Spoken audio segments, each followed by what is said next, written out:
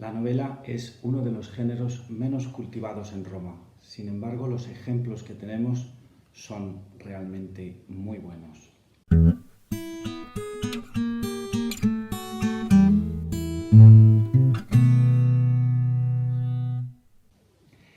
El género es un género tardío.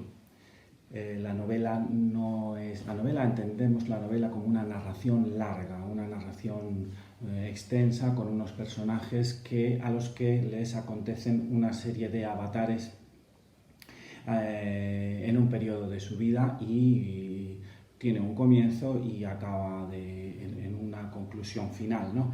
Estas narraciones son un género muy tardío, son un género ya helenístico, son un género que en Grecia, en la Grecia clásica, no tuvo ningún tipo de interés para ningún autor, pero ya en el mundo helenístico sí, es una literatura puramente de diversión, puramente de entretenimiento.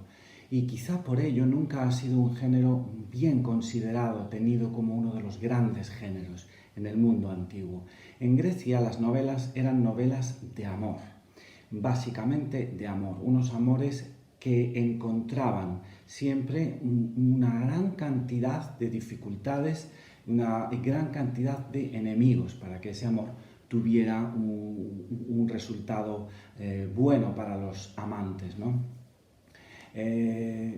Son aventuras a veces disparatadas, a nosotros cuando las leemos nos parecen increíbles muchas de ellas, pero que tenían una gran aceptación popular en el mundo, ya digo, helenístico, en el mundo de los últimos siglos de la Grecia antigua. En Roma es un género muy poco cultivado y además se le añaden algunos aspectos que no tienen las novelas del mundo griego. El principal de ellos es un sentido cómico, un cierto tono irónico, que lleva implícito también un tono satírico. Incluso podríamos ver en algunas de estas novelas unos valores educativos o pretendidamente educativos, quizá moralizantes. Todo esto no está en la novela griega, la novela helenística griega. En el mundo latino tenemos dos ejemplos, no conocemos otros ejemplos importantes de novelistas, de escritores griegos que se atrevieran a componer una narración escrita. El primero de ellos es Petronio. Lo conocemos como Petronius Arbiter. Dudamos de su praenomen, puede ser Cayo, puede ser Tito. En todo caso, sí sabemos de él detalles ciertos de su vida. Fue un hombre ciertamente muy conocido en ambientes muy elevados. Él vive en el siglo I después de Cristo y es un hombre importante en la corte del emperador Nerón.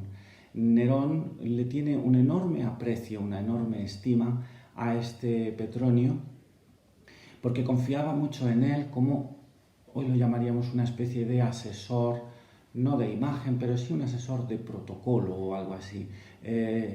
Confiaba mucho en la opinión de Petronio para su puesta en escena, para organizar eventos, lo que hoy llamamos eventos. Y entonces era un hombre muy tenido en cuenta, brillante, según parece por las noticias que tenemos. Fue un hombre de una gran inteligencia y sobre todo de una gran facilidad de trato, de tú a tú con todo el mundo, ¿no? Sabemos que lo llegaron a nombrar procónsul en la provincia de Bitinia. Allí fue, él hizo lo que tenía que hacer como procónsul, parece ser que lo hizo muy bien, y volvió a Roma. Aquello no le gustaba a él, sí, se ganaba dinero, se tenía poder, se tenía contacto con el poder, pero a él lo que le gustaba era realmente la vida mundana de Roma.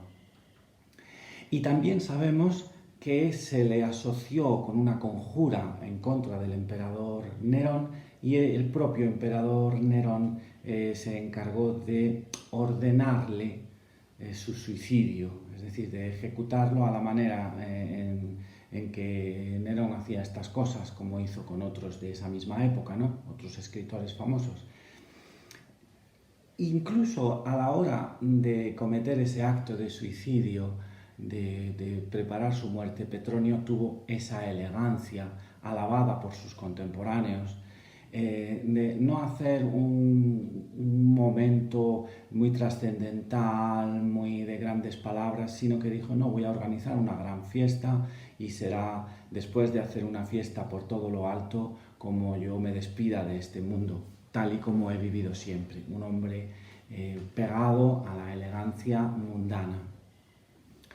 Su obra es una novela que se llama Satiricón, la conocemos con este nombre, Satiricón. Lo que ha llegado hasta nosotros está muy fragmentado, muy fragmentado. Sabemos que debió tener hasta 16 libros, 16 partes, pero nosotros tenemos episodios, algunos de ellos ciertamente extenso y completo, pero otros muchos están muy entrecortados, nos faltan de una escena en la que suceden muchas cosas, nos faltan cosas que pasan por medio y no nos permiten entender bien por qué reaccionan los personajes de una manera o de otra, ¿no? Bueno, nuestro acceso al texto de Petronio es fragmentario, pero sí conocemos perfectamente la línea argumental de la novela. Está narrada en primera persona y son las andanzas del personaje principal llamado Encolpio y de su amante, el muchacho Gitón. En una primera parte de la novela van juntos a otro personaje que es Ascilto, y ya en la segunda parte de la novela se les une un tal Eumolpo. Todo sucede en el mundo helénico de Italia, es decir, en el sur de Italia, en las ciudades de tradición griega, en las ciudades griegas del sur de Italia. Los personajes que van pasando por la novela son todo tipo de personajes que uno se podría encontrar en una ciudad romana en cuanto saliera de los círculos más elevados, más cortesanos. Ahí están estudiantes, como son el propio personaje Encolpio y Ascilto. Hay estudiantes que malviven, que viven de una manera pícara en esas ciudades, relacionados siempre con el mundo de la prostitución. Hay una enorme abundancia de prostitutas, alcahuetas, hay ladrones, se producen robos por todas partes, estafas. Ahí también está el mundo de los profesores de retórica, a los que se le critica mucho.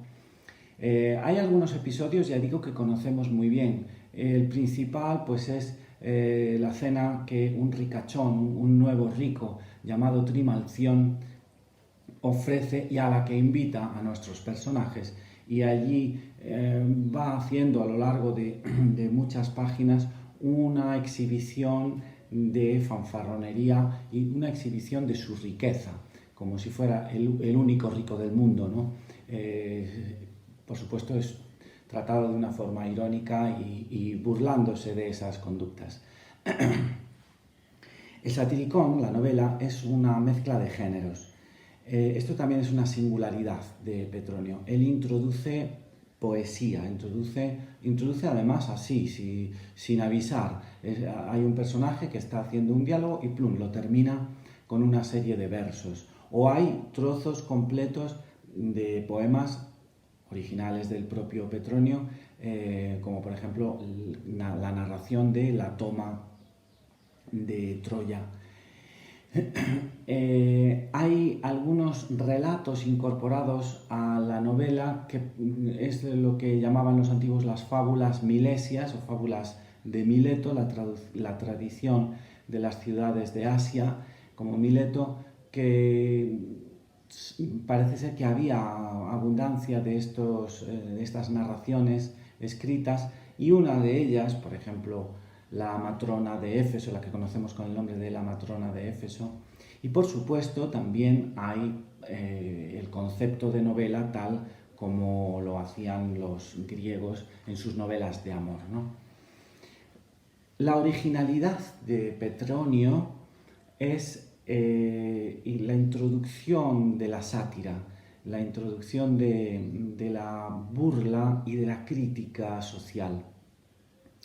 Él tiene un estilo propio que además hace que la novela esté hecha para gente culta.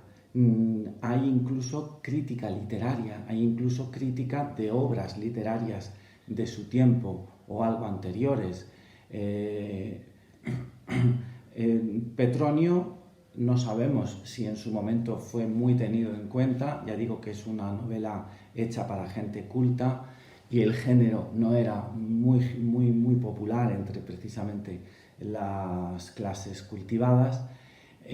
También sabemos que no tiene una trascendencia posterior muy grande.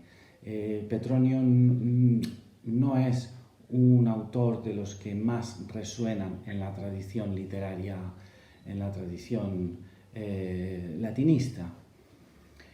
Por recomendar algún pasaje de la novela, que ciertamente, aunque la tenemos en fragmentos, es extensa, se puede leer el que ya he comentado de la matrona de Éfeso, el cuento de la matrona de Éfeso, o los primeros capítulos en los que se ve cómo es el mundo en el que se van a mover los personajes, y ya se ve también el tono que a nosotros muchas veces nos parece incluso excesivamente atrevido de la narración y de las cosas que se están contando en esa novela.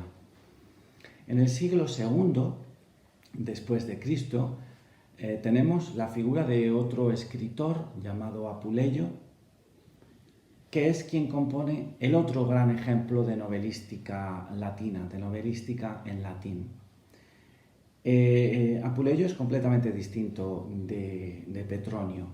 Apuleyo es un hombre que nace y vive mucho tiempo en las provincias africanas. No es por lo tanto alguien que viva en Roma, ni muchísimo menos en la corte del emperador, pero sí es una persona de familia rica.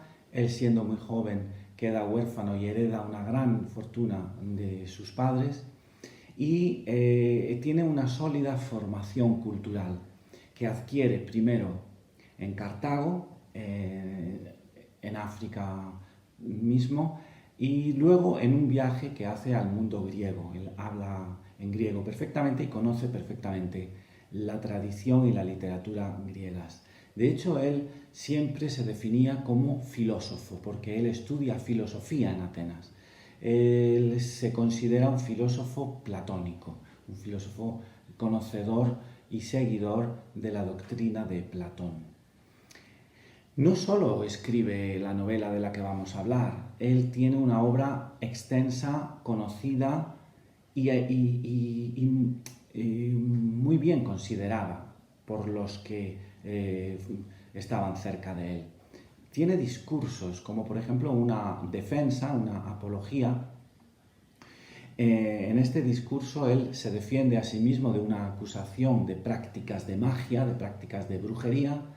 Se defiende a sí mismo y sabemos que tiene éxito en su defensa y que no se le condena. Tiene escritos de filosofía, de estudio filosófico, un escrito sobre Platón, otro sobre el dios de Sócrates, todo girando siempre en torno a la filosofía platónica. Y la obra por la que es mucho más conocido es por su novela que se llamó, parece ser en su momento, Metamorfosis, es decir, transformaciones, pero que todo el mundo, incluso ya en su época, conocía con el nombre de El asno de oro, sin que sepamos muy bien esa apelación del oro, el Asinus aureus. ¿Por qué aureus? No lo sabemos muy bien, pero El asno de oro, así es como conocemos la obra de Apuleyo. La novela nos cuenta una historia, la tenemos muy bien conservada, nos ha llegado bastante bien conservada de principio a fin, y nos cuenta la historia de un personaje que cuenta él en primera persona la novela, llamado Lucio. Este Lucio, por un malentendido, bebe un bebedizo pensando que va a tener un efecto sobre su cuerpo, y el efecto que tiene es que lo transforma en un asno. Y transformado en asno, no pierde la capacidad de raciocinio, sí la de lenguaje, pero no la de raciocinio, y entonces comienza a observar todo lo que sucede a su alrededor, que por supuesto son una larguísima serie de desventuras, tanto para él como para los que están cerca de él, especialmente una joven a la que a él lo roban unos ladrones, y esos mismos ladrones secuestran a esta chica. Dentro de la obra, dentro de la novela, hay una parte larga que se dedica a narrar la fábula de Eros y Psique, una fábula de la tradición griega, un relato casi mitológico, que ya digo, ocupa bastante parte de la narración de Apuleyo, ¿no? El propio Apuleyo reconoce que la novela está basada o bien en textos griegos o incluso en alguna narración griega que él conoció. No hay más que prosa en su obra, en su novela, y está mucho más cercana a la tradición griega novelística que la obra que hemos comentado antes de Petronio.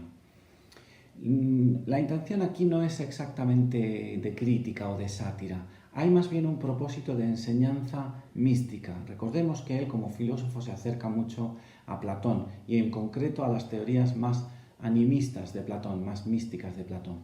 Esta transformación del ser humano en asno, en burro, pero manteniendo su raciocinio, es como si el alma se mantuviese viva aún dentro de un cuerpo degradado.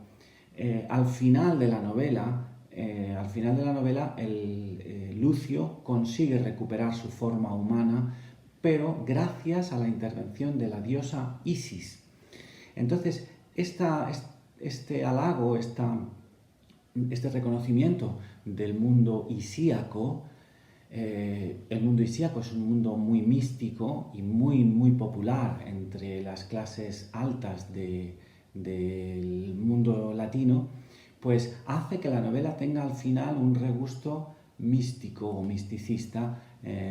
Parece ser que el alma, purgada de sus pecados anteriores, vuelve a nacer, esta vez ya pura, gracias a la intervención de la diosa Isis, ¿no? Sí que realmente a Apuleyo gustó mucho, tanto en su momento, no solo El asno de oro, sino el resto de su obra, y la obra fue conocida.